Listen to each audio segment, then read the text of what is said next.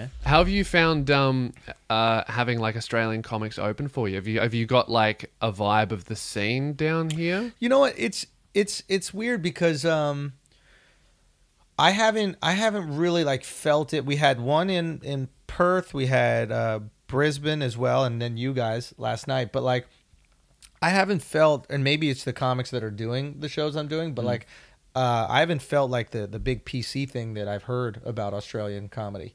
Yeah. It's there. That could be the guys say, who are opening for me that are, you guys are not like that. Yeah, so I maybe think so. it's like you're in that ilk. Yeah. But people say, especially Melbourne, Yeah. that it's like super PC, and I didn't think you guys were politically Well, correct. a lot of the people opening for you are like, we're big online. We're kind of outside that system. Well, like we saw a lot of gigs and stuff in Melbourne, but like yeah, one thing I noticed in performing to your crowd last night was like I did some shit that maybe I wouldn't usually do at that club on a regular night. Like I did the Comics Lounge Wednesday, Thursday night, and I chucked in some different stuff because I was like, oh, kind of, and they responded a lot better go to as the edgy edgier as shit. you can with them. They want that. I know. Yeah. And like even watching Mark even before you come out, and like, man, we couldn't even say like, if I just talked about like, oh, black people do this, white people do this, I don't think that would go that well. Really? And Mark, obviously, I think you guys get cut some slack because like everyone knows like, oh, in America that's normal. Yeah, so yeah. like if you Yes. come in with the accent doing that kind of stuff, There's a Borat you know, effect.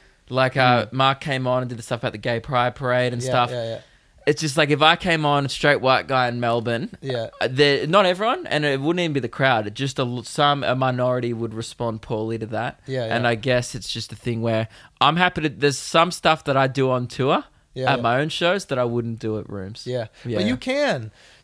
I mean, don't get me wrong. You're going to get backlash, but like the more known you become, the more okay they become with I've it. only been on for 4 years. Okay, So, so yeah. then they'll start to get on board. Yeah. But like, you know, people when they're in a room full of strangers, as long as everybody's laughing, they start to think things are okay.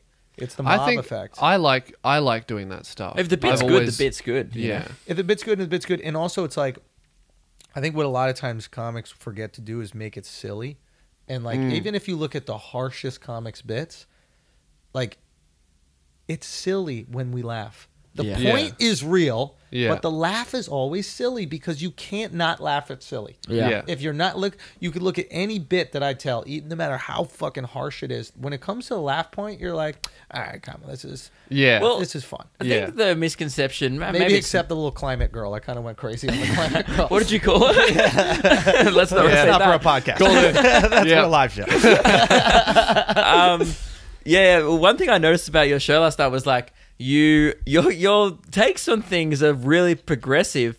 Like when you give your actual opinion, like, you know, there's some bits it's pro this and it's like yay, but you also you explore the other side, Right. But then kind of bring it back round to Yeah. like, nah, but come on. I never want you to know how I feel about anything. I think that's like the comics. I greatest. agree. I really like. Yeah, I'll be honest, that. I couldn't get your vibe for a lot of the shit. I was like, I don't know if he's kidding. I mean, That's the thing. It's like that's our superpower, right? Yeah. It's like if we give up, like there are comics that are like politically motivated, right? And like, But they can only present one side of the argument. Yes. Because if you're like whether it's Trump or the left, it's like if I'm this, I have to say these opinions and I have to make fun of the enemy and I can't sympathize with them, otherwise I lose my crowd. Whereas if you don't, because they're not your crowd, exactly, you're hijacking their ideas. exactly. So you don't really have fans. Yeah. You guys both have something similar in common, Yeah. which is a way of thinking about the world, and they want that confirmed. Yes.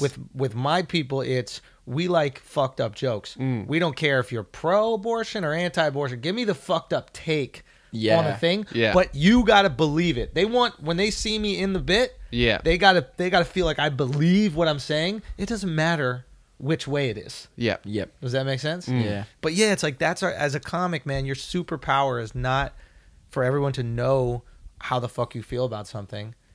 It's just when you say it, it should feel true. It should feel authentic.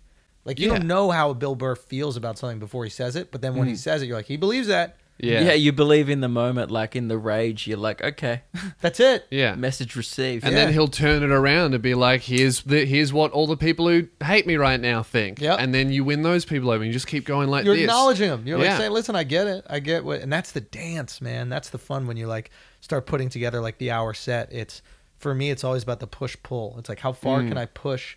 Okay, these jokes are a bunch of things about women. How far can I push them before they break and they're just like, they don't want to even laugh and enjoy the show. And I don't want that. I'm not in here to piss people off. I'm a comic. I like it when people feel joy and laugh. And I want to push them the closest that they can to being like, oh boy.